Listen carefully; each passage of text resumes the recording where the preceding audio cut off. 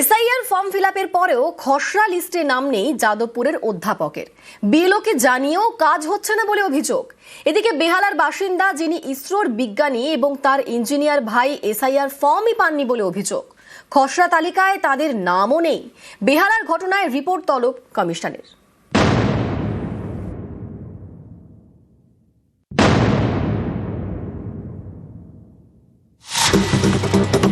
পার্থপ্রতিম রায় যাদবপুর বিশ্ববিদ্যালয়ের ফিজিক্সের অধ্যাপক। খসড়া তালিকায় তার নাম বাদ। অধ্যাপক পার্থপ্রতিম রায়ের দাবি 2002 এর তালিকায় তার নাম আছে। এসআইআর ফর্ম ফিল আপ করেছেন, তারপরেও খসড়া তালিকায় নাম নেই।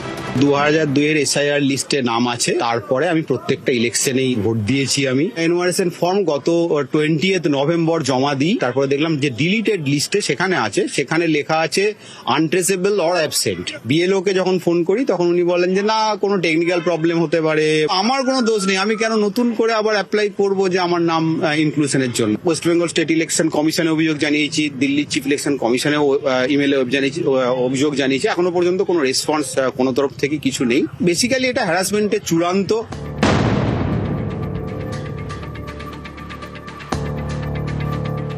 ইসরোর বিজ্ঞানী, বেহালার বাসিন্দা, অভিযোগ তার নামও বাদ গিয়েছে খসড়া তালিকা থেকে।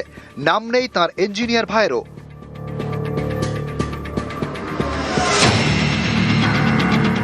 ইসরোর বিজ্ঞানী অনিকেত চক্রবর্তী, তার ভাই অনির্বাণ চক্রবর্তী সফটওয়্যার ইঞ্জিনিয়ার। বেহালার 14 নম্বর বাস স্ট্যান্ডের কাছে 118 নম্বর ওয়ার্ডে বাড়ি। ইঞ্জিনিয়ার অনির্বাণের দাবি 2011 থেকে 2024 পর্যন্ত তারা সব ভোট দিয়েছেন। 2025-এর তালিকাতেও দুই ভাইয়ের নাম আছে, কিন্তু দুজনের কেউই এবার এসআইআর ফর্ম পাননি। বিএলওকে জানিয়েও লাভ হয়নি। আমাদের এনুমারেশন ফর্ম আসেইনি। ওনাকে জিজ্ঞেস করি, উনি বলেন যে ইলেকশন কমিশন থেকে জানাচ্ছে যে আপনাদেরকে নতুন করে নাম তুলতে হবে। বাট আমাকে কোনো স্পেসিফিক রিজন দেওয়া হয়নি কেন আমার এনুমারেশন ফর্মটা আসেনি। এসডি লিস্টটা বেরিয়েছে, সেটার মধ্যেও আমাদের নাম নেই। আজকে যে ড্রাফট রোলটা দেখলাম এসআইআর 2026, তার মধ্যেও আমাদের নাম বাদ চলে গেছে। বেসিক্যালি দেখা যাচ্ছে যে আমরা এখানকার উধাও। সাল থেকে 2024 সাল পর্যন্ত যত নির্বাচন হয়েছে এ রাজ্যে সবকটাতেই তারা অংশগ্রহণ করেছেন, তবে তারপরেও এসআইআর প্রক্রিয়ায় তাদের নাম বাদ পড়েছে। ঠিক কেন বাদ পড়েছে সেটা কিন্তু তারা জানেন না, কারণ যে এক্সট্রা তালিকা বা অ্যাডিশনাল তালিকা এই এসআইআর প্রক্রিয়ার সঙ্গে বেরোনো, খসড়া তালিকার সঙ্গে বেরোনোর কথা ছিল, অর্থাৎ কারণ দাগিয়ে দিতে হতো যে কেন নাম বাদ গেছে, সেই কারণও কিন্তু তাদেরকে দাগিয়ে দেওয়া হয়নি এবং সেই তালিকায়, এক্সট্রা তালিকায় তাদের নাম নেই। 2025-এর তালিকায় নাম থাকার পরেও এসআইআর ফর্ম কেন পেলেন না দুই ভাই? দক্ষিণ কলকাতার জেলা ইলেকশন অফিসারের কাছে রিপোর্ট চেয়েছে নির্বাচন কমিশন। ক্যামেরায় খোকন দাসের সঙ্গে প্রীতি সাহা, নিউজ 18 বাংলা। তথ্য যাচাইয়ে আজ থেকে নোটিশ। প্রায় 32 লক্ষ ভোটারকে নোটিশ পাঠাচ্ছে কমিশন। 2002 এর এসআইআর তালিকায় লিংক না মেলায় নোটিশ। আজ থেকেই নোটিশ পাঠাচ্ছে সিইও অফিস। প্রথম দফায় 32 লক্ষ ভোটারকে শুনানির নোটিশ। আগামী সপ্তাহ থেকে শুরু হবে শুনানি।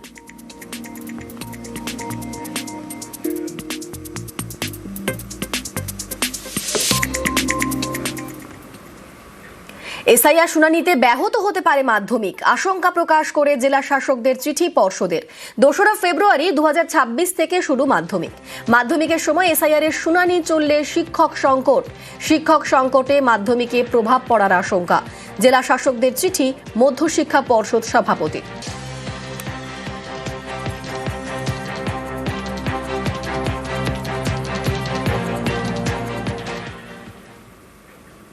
খসড়া তালিকার পর ফের বিজেপিকে নিশানা।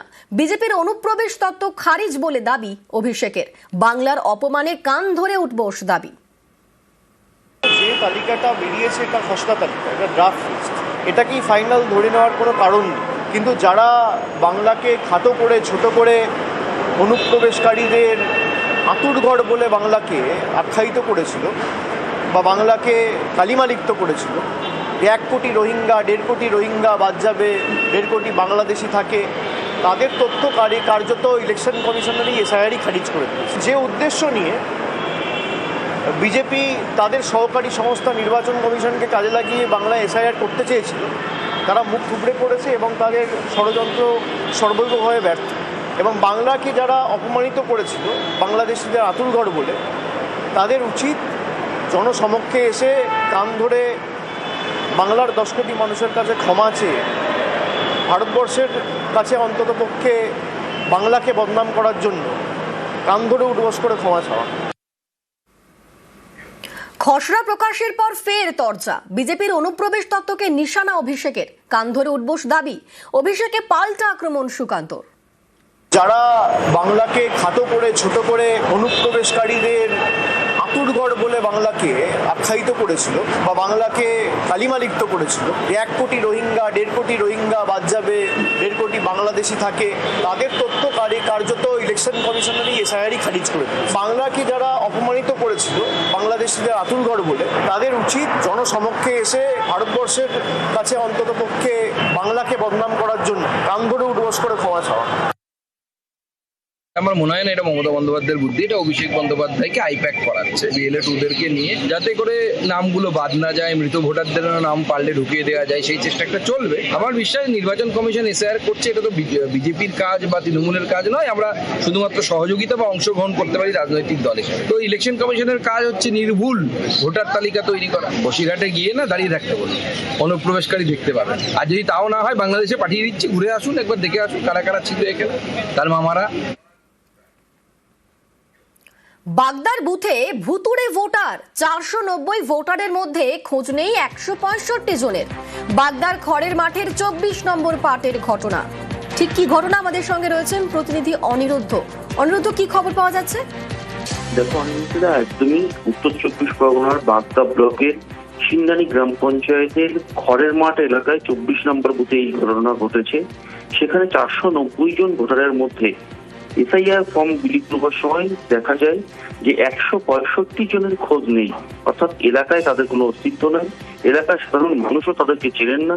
এই 165 জন ভোটার অর্থাৎ এই বুথে যত ভোটার আছে তার 34% প্রায় ভোট যারা ভুতুড়ে ভোটার বলেই দাবি করেছেন স্থানীয় বিজেপি পঞ্চায়েত সদস্য। এবং তিনি আরো অভিযোগ করেছেন যে ভোটার তালিকা রয়েছে এই 165 জন ভোটারের মধ্যে একটি ভোট অর্থাৎ আকাশ মল্লিক নামে এক ব্যক্তির ভোট 3টি এপিক নাম্বার রয়েছে ভোটার লিস্টে। এক ব্যক্তির ছবি ব্যবহার করে সেখানে 3টি এপিক নাম্বার করা রয়েছে। এরকম ধরনের ব্যাপক গরমিলের ঘটনার অভিযোগ তিনি তুলেছেন। তৃণমূল কংগ্রেসের দিকে তিনি অভিযোগ তুলেছেন যে এক বুথে এত পরিমাণে ভুতুড়ে ভোটার তৈরির জন্য তৃণমূল কংগ্রেস দায়ী বলেও তিনি দাবি করেছেন। অন্যদিকে এই বিষয়ে তৃণমূল কংগ্রেসের পক্ষ থেকে বাংলা পশ্চিম ব্লকের যিনি সভাপতি আছেন তিনি দাবি করেছেন যে বুথে যদি 165 জন ভোটার বেশি থাকে, তৃণমূল কংগ্রেসকে যদি বিজেপি দায়ী করে থাকে, তাহলে ওই এলাকার বিজেপি পঞ্চায়েত সদস্য বিজেপি হলো কি করে? এত সংখ্যক ভোটার যদি ভুয়ো ভোটার হয়ে থাকে, সেটা যদি তৈরি করে থাকে তৃণমূল কংগ্রেস, তাহলে তো তৃণমূলেরই পঞ্চায়েত সদস্য হওয়ার কথা ছিল।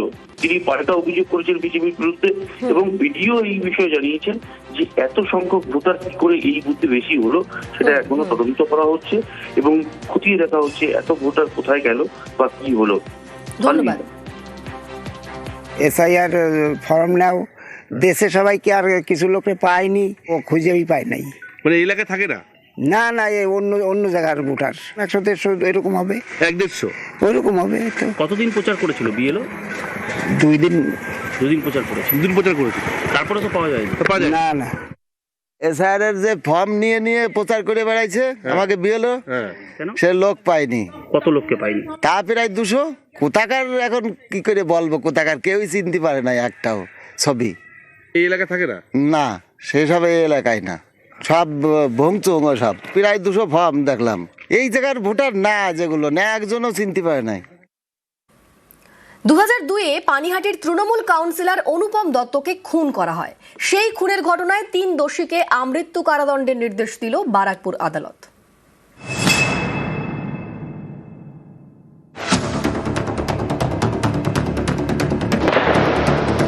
2022 সালের 13ই মার্চ ভর সন্ধে দোকানের সামনে দাঁড়িয়েছিল একটি স্কুটার। পিছনের সিটে বসেছিলেন তৃণমূল কাউন্সিলর অনুপম দত্ত। আচমকা তার মাথায় আগ্নেয়াস্ত্র ঠেকিয়ে গুলি।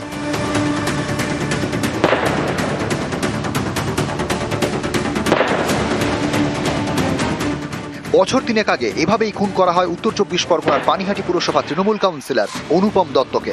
এই খুনের ঘটনায় সোমবার দোষী সাব্যস্ত করা হয় অমিত পণ্ডিত, সঞ্জীব পণ্ডিত এবং জিয়াউল মণ্ডলকে।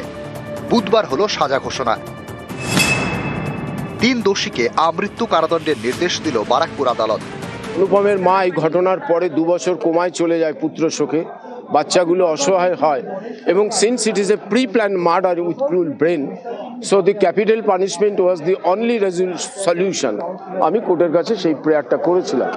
কোর্ট তার বিভিন্ন জাজমেন্টের প্রসঙ্গ, সুপ্রিম কোর্টের বিভিন্ন জাজমেন্টের রেশিও, এগুলো আলোচনা করে তার গাইডলাইন মেনে তিনি যাবজ্জীবন টিল ডেথ এই সেন্টেন্স উনি আজকে দিয়েছেন। আমি তো মৃত্যুর বদলে ফাঁসি চেয়েছিলাম, ঠিক আছে। এইবার মহামান্য আদালতকে সম্মান জানাই, উনি আমৃত্যু কারাদণ্ড দিয়েছে। দেখুন আলটিমেটলি একটা জায়গায় আসা গেছে। দেখুন অবশ্যই যদি লড়াই হাইকোর্টে হয় অবশ্যই হাইকোর্টে যাব। পানিহাটি পুরসভার 8 নম্বর ওয়ার্ড, এই ওয়ার্ডে তৃণমূল কাউন্সিলর ছিলেন অনুপম দত্ত। স্থানীয়দের দাবি জলা জমি ভরাট করে প্রমোটিং এর বিরোধিতা করতেন তিনি। এর জন্য একাধিকবার দুষ্কৃতীদের নিশানাও হতে হয় তাকে। তেমনই হয়েছিল 2022-এর 13ই মার্চ। অনুপমের মাথায় আগ্নেয়াস্ত্র ঠেকিয়ে গুলি করা হয়, ঘটনাস্থলে মৃত্যু হয় তৃণমূল কাউন্সিলরের।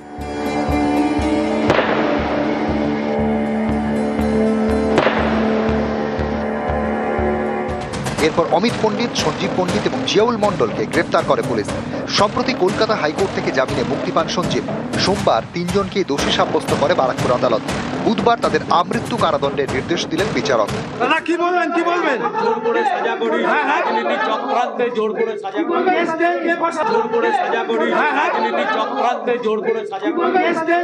রায় খুশি, মানে বিচারটা যে পেয়েছে পরিবার, এটাই সব থেকে বড় জিনিস। এবং মানুষ যে ওই এলাকার মানুষ যে আজকে তারা এসে সাক্ষ্য দিয়েছে, প্রতিটা দিন ডেট পড়েছে, তারা এসে যে সাক্ষ্য দিয়েছে তার বেসিসে আজকে মহামান্য আদালত যে আজকে যাবজ্জীবন দিয়েছে। আমরা তার পরিবার, তারা ক্যাপিটাল পানিশমেন্ট চেয়েছিল, অতএব সেক্ষেত্রে দাঁড়িয়ে আমরা যাবজ্জীবন যেটা পেয়েছে সেটাতেও আমরা খুশি। মহামান্য আদালতকে আমরা ধন্যবাদ জানাই। উত্তর 24 পরগনা থেকে অরুণ ঘোষ ও সুবীর দে, নিউজ 18 বাংলা। আলিপুরদুয়ারের চা বাগানের দিনমজুর, তার বাড়িতে 3 মাসের বিদ্যুতের বিল 3 লক্ষ টাকার। কিন্তু এ কিভাবে সম্ভব?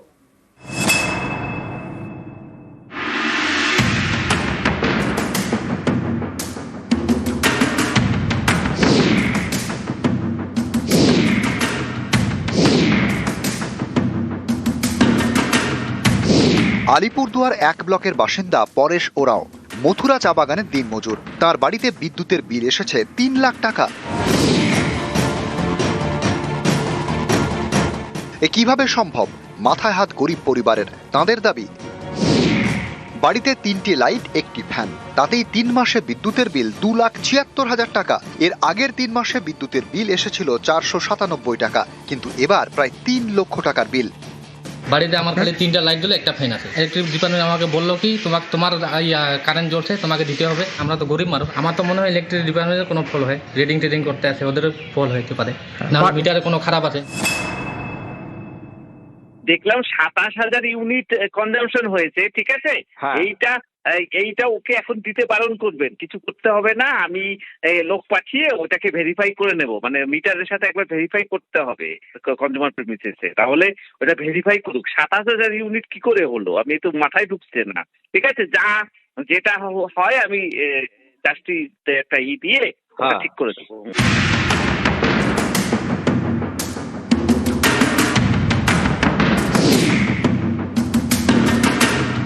আলিপুরদুয়ার থেকে রাজকুমার কর্মকার, নিউজ 18 বাংলা। নাগরাকাটায় রেল লাইনে হাতির পাল, ট্রেন চালকের তৎপরতায় রক্ষা। নির্বিঘ্নে রেল লাইন পার করল হাতির দল।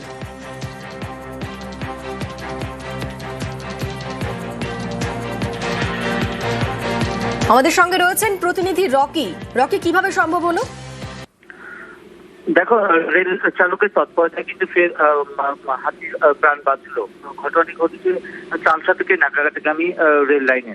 রেল চালক যখন দেখতে পান যে রেল লাইন দিয়ে একটি হাতির দল পার হচ্ছে, সেই সময় কিন্তু আতঙ্কায় তারা ব্রেক কষে দেন।